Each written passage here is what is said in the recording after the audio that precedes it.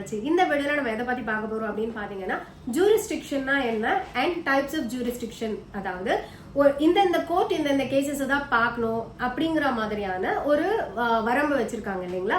அது எதை பேஸ் பண்ணி கிரியேட் பண்ணப்பட்டிருக்கு, இல்ல எதை பேஸ் பண்ணி எந்தெந்த கோர்ட் எந்தெந்த கேசஸ பாக்குறாங்க அப்படிங்கறதான எக்ஸ்பிளனேஷன் தான் இந்த வீடியோ. வாங்க நம்ம வீடியோக்குள்ள போகலாம். ஃபர்ஸ்ட் ஜூரிஸ்டிக்ஷன்னா என்ன அப்படின்னு பாத்தீங்கன்னா சட்ட வரம்பு எல்லை அப்படின்னு சொல்லலாம். ஜூரிஸ்டிக்ஷனோட எக்ஸாக்ட் தமிழாக்கம் தான் இப்ப நான் சொன்னேன், சட்ட வரம்பு எல்லை. அதாவது ஒரு கோர்ட்டா இருக்கட்டும் இல்ல ஒரு போலீஸ் ஸ்டேஷனா இருக்கட்டும், எந்த எல்லைக்குள்ள இல்ல எந்தெந்த மாதிரியான கேசஸை ஹேண்டில் பண்றதுக்கு அவங்களுக்கு ரைட்ஸ் இருக்கு, அதிகாரம் இருக்கு அப்படிங்கறத சொல்றதுதான் இந்த jurisdiction and types of jurisdiction அப்படின்னு சொல்லலாம். இப்ப என்னென்ன டைப்ஸ் ஆஃப் ஜூரிஸ்டிக்ஷன்ஸ் இருக்கு அப்படின்னு பாத்தீங்கன்னா territorial jurisdiction, subject matter jurisdiction, original jurisdiction, appellate jurisdiction, pecuniary jurisdiction, advisory jurisdiction. So இந்த ஆறுமே types of jurisdiction. இப்போ ஒரு jurisdiction என்ன அப்படின்றத நம்ம பார்த்துருவோம். இதுல first territorial jurisdiction. Territorial jurisdiction அப்படின்னா என்ன அப்படின்னு பாத்தீங்கன்னா இப்போ ஒரு டெரிட்டோரிய பேஸ் பண்ணி நடக்கிறது தான் இந்த territorial jurisdiction. For an example, ஒரு ப்ராப்பர்ட்டி சூட் இருக்குன்னு வச்சுக்கோங்க. ஒரு ப்ராப்பர்ட்டி, ஒரு நிலத்தோட சம்பந்தப்பட்ட பிரச்சனை நடக்குது அப்படின்னும் போது அந்த பிரச்சனை, அந்த இப்ப சென்னையில இருக்கிற ஒரு பிளாட்டோ ஒரு பிளாட்டோ அதுக்கான கேஸை நம்ம பாம்பேலயோ டெல்லிலயோ கொண்டு போய் ஃபைல் பண்ண முடியாது. ஸோ சென்னையில இருக்கிற கோர்ட்ல தான் நம்மளால அந்த கேஸை ஃபைல் பண்ண முடியும். பிகாஸ் அந்த ப்ராப்பர்ட்டி சென்னையில இருக்கு, அதோட டெரிட்டரி சென்னை ஜூரிஸ்டிக்ஷன்ல தான் இருக்கு அப்படின்னும் போது ஆப்வியஸா நம்ம அந்த கோர்ட்ல தான் ஃபைல் பண்ண முடியும். இதுதான் டெரிட்டோரியல் ஜூரிஸ்டிக்ஷன். டெரிட்டோரியல் ஜூரிஸ்டிக்ஷனுக்கு கீழே வர இந்த மாதிரியான இப்ப ஒரு மேட்ரிமோனியல் கேஸ் அப்படின்னு எடுத்துக்கிட்டீங்க அப்படின்னா, ஒரு ஃபேமிலி கேஸ் அப்படின்னு எடுத்துக்கிட்டீங்கன்னா, அந்த கல்யாணம் எங்கே நடந்துச்சு, இல்ல அந்த மேட்ரிமோனியல் அதாவது கல்யாணத்துக்கு அப்புறமா ஹஸ்பண்ட் அண்ட் ஒய்ஃப் எங்க சேர்ந்து வாழ்ந்தாங்க, இல்ல ஒய்ஃபோட ரெசிடென்ஸ் என்ன, இப்ப பிரிஞ்சதுக்கு அப்புறமா ஒய்ஃபோட ரெசிடென்ஸ் என்ன, இல்ல ஹஸ்பண்டோட ரெசிடென்ஸ் எங்க இருக்கு அப்படிங்கறது எல்லாமே வச்சு, இப்ப அவங்க சேர்ந்து வாழ்ந்த இடமும் சென்னை அண்ட் இப்ப ஒய்ஃப் சென்னையில இருக்காங்க அப்படிங்கிற பட்சத்துல அவங்களோட க்ளோஸ் ப்ராக்சிமிட்டியில இருக்கிற அந்த கோர்ட்ல தான் இந்த கேஸ் ஃபைல் பண்ண முடியும் அப்படிங்கறத தெரிஞ்சுக்கோங்க. சோ இதுதான் டெரிட்டோரியல் ஜூரிஸ்டிக்ஷன். இப்ப கிரைம் கேசஸ் அப்படின்னு எடுத்துக்கிட்டீங்கன்னா, ஒரு கிரைம் எங்க கமிட் ஆகுது, அதோட இம்பாக்ட் எங்க இருக்கு அப்படிங்கறத பார்த்து அந்த ஜூரிஸ்டிக்ஷனுக்குள்ள வர கோர்ட்ல தான் இந்த கேசஸ் நம்ம ஃபைல் பண்ண முடியும் அப்படிங்கறத தெரிஞ்சுக்கோங்க. வி கேனாட் லைக் சென்னையில நடந்த ஒரு கிரைம் அண்ட் அந்த கோர்ட்டை விட்டுட்டு நம்ம டைரக்டா வேற ஒரு கோர்ட்ல போய் இந்த கேஸை ஃபைல் பண்ணிட முடியாது, அதை கோர்ட்டும் எடுத்துக்க முடியாது அப்படிங்கறத தெரிஞ்சுக்கோங்க. இது டெரிட்டோரியல் ஜூரிஸ்டிக்ஷன். சப்ஜெக்ட் மேட்டர் ஜூரிஸ்டிக்ஷன்னா என்ன அப்படின்னு பாத்தீங்கன்னா, criminal courts, civil courts and tribunals, அப்புறமா ஃபேமிலி கோர்ட்ஸ், இது எல்லாமே subject matter jurisdiction. For an example, ஒரு ஃபேமிலி கோர்ட் எடுத்துக்கிட்டீங்கன்னா அங்க ஃபேமிலி கேசஸ் மட்டும் தான் ஹியர் பண்ணுவாங்க. அதாவது மேட்ரிமோனியல் கேஸ் அண்ட் அந்த மேட்ரிமோனியல் சம்பந்தப்பட்ட மெயின்டெனன்ஸ், கஸ்டடி கேசஸ், இது எல்லாமே அந்த ஃபேமிலி கோர்ட்ல மட்டும் தான் நம்மளால ஃபைல் பண்ண முடியும். அந்த ஃபேமிலி கோர்ட்டும் அந்த கேசஸ் தான் நடத்த முடியும் அப்படிங்கறத தெரிஞ்சுக்கோங்க. டிஸ்ட்ரிக்ட் கோர்ட்ஸ் அப்படின்னு பாத்தீங்கன்னா civil courts. District courts civil courts அப்படின்னு தான் சொல்லணும். இப்ப ஒரு அக்ரிமெண்ட், ஒரு கான்ட்ராக்ட் வயலேஷன், இல்ல ப்ராப்பர்ட்டி டிஸ்பியூட்ஸ், இது எல்லாமே சிவில் கோர்ட்ல நடக்கும், அதாவது டிஸ்ட்ரிக்ட் கோர்ட்ல நடக்கும் அப்படின்னு தெரிஞ்சுக்கோங்க. கிரிமினல் கேசஸ், அதாவது செஷன் கோர்ட்ஸ், கிரிமினல் கேசஸ் எல்லாமே செஷன் கோர்ட்ஸ்ல தான் நடத்தப்படும். இந்த கிரிமினல் கேசஸை கொண்டு போய் நம்ம சிவில் கோர்ட்ல, அதாவது டிஸ்ட்ரிக்ட் கோர்ட்லயோ இல்ல சிவில் கேசஸை கொண்டு ஃபேமிலி கோர்ட்லயோ நம்மளால நடத்த முடியாது.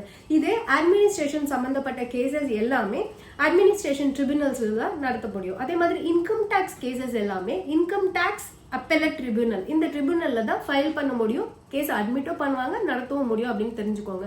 ஸோ அந்தந்த கோர்ட்ல தான் அந்தந்த சம்பந்தப்பட்ட, அதாவது கிரிமினல் கேசஸை கிரிமினல் கோர்ட்லயும், சிவில் கேசஸை சிவில் கோர்ட்லயும், ஃபேமிலி கேசஸை ஃபேமிலி கோர்ட்லயும், இப்ப ஐபிஆர் அதாவது இன்டெலெக்சுவல் ப்ராப்பர்ட்டி ரைட்ஸ், இந்த கேசஸை அதோட ரெஜிஸ்ட்ரிலையும் தான் நம்ம ஃபைல் பண்ணி ப்ரொசீட் பண்ண முடியும் அப்படிங்கறத தெரிஞ்சுக்கோங்க. இதுதான் சப்ஜெக்ட் மேட்டர் ஜூரிஸ்டிக்ஷன். ஒரிஜினல் ஜூரிஸ்டிக்ஷன்னா என்ன அப்படின்னு பாத்தீங்கன்னா, இப்ப நம்மளோட ஒரு கேஸ அந்த கோர்ட் தான் ஃபர்ஸ்ட் ஹியர் பண்ணுது, அந்த கோர்ட் ஃபர்ஸ்ட் அந்த கேஸை ஹியர் பண்ணுது அப்படின்னும் போது அதுதான் அந்த கேஸோட ஒரிஜினல் ஜூரிஸ்டிக்ஷன் அப்படின்னு தெரிஞ்சுக்கோங்க. சுப்ரீம் கோர்ட்டுக்கு ஆஸ் பர் ஆர்டிகல் 32 எந்த கேஸை வேணா அவங்களால ஹியர் பண்ண முடியும். அண்ட் அவங்க கிட்ட கொண்டு போற கேசஸ் வந்து என்ன மாதிரி கேசஸ், இப்போ வந்து ஃபார் எக்ஸாம்பிள் ஒரு government of India versus any state இல்ல மல்டிபிள் ஸ்டேட், இந்த மாதிரி அதாவது கவர்மெண்ட் ஆஃப் இந்தியாவுக்கும் ஸ்டேட்டுக்கும் நடக்கக்கூடிய எந்த ஒரு விதமான டிஸ்பியூட்ஸும் சுப்ரீம் கோர்ட்ல தான் ஹியர் பண்ணுவாங்க. அண்ட் சுப்ரீம் கோர்ட்ல தான் ஃபர்ஸ்ட் அதை ஹியர் பண்ணுவாங்க. And that is called original jurisdiction அப்படின்றத தெரிஞ்சுக்கோங்க. அதே மாதிரி 2 ஸ்டேட்ஸ்க்கு நடுவுல டிஸ்பியூட்ஸ் இருக்கு அப்படின்னாலும் இதை டைரக்டா சுப்ரீம் கோர்ட்டுக்கு கொண்டு போயிருவாங்க. அண்ட் அதாவது 2 ஸ்டேட்டுக்கு நடக்கக்கூடிய பிரச்சனையை சுப்ரீம் கோர்ட்ல ஃபைல் பண்ணி ஃபர்ஸ்ட் ஹியர் பண்ணுவாங்க அப்படிங்கறத தெரிஞ்சுக்கோங்க. Also other cases as specified by law, அது வந்து சுப்ரீம் கோர்ட்ல ஃபர்ஸ்ட் நம்ம ஃபைல் பண்ணி, அதாவது எந்த லோயர் கோர்ட்ஸ்க்கும் போகாம டைரக்டா சுப்ரீம் கோர்ட்டுக்கு போய் ஃபைல் பண்ணி ஹியர் பண்றது அது வந்து ஒரிஜினல் ஜூரிஸ்டிக்ஷன். அதே மாதிரி high courts, Madras high court, Bombay high court, so high கோர்ட்ஸ்க்கு வந்து இந்த மாதிரி ஒரிஜினல் ஜூரிஸ்டிக்ஷன் இல்லையா அப்படின்னு கேட்டீங்கன்னா கண்டிப்பா இருக்கு. ஆக்சுவலி சுப்ரீம் கோர்ட்டா இருக்கட்டும் இல்ல வந்து ஹை கோர்ட்டா இருக்கட்டும், இந்த 2 கோர்ட்டுக்குமே as per article 32 and article 226 அவங்களோட ஃபண்டமெண்டல், அதாவது கோர்ட்டோட ஃபண்டமெண்டல் ரைட்ஸ், ஃபண்டமெண்டல் பவர்ஸ் இருக்கு இல்லையா, அதை இம்ப்ளிமெண்ட் பண்ண முடியும். அதுதான் இந்த ஒரிஜினல் ஜூரிஸ்டிக்ஷனோட பேஸ் அப்படின்னே சொல்லலாம்.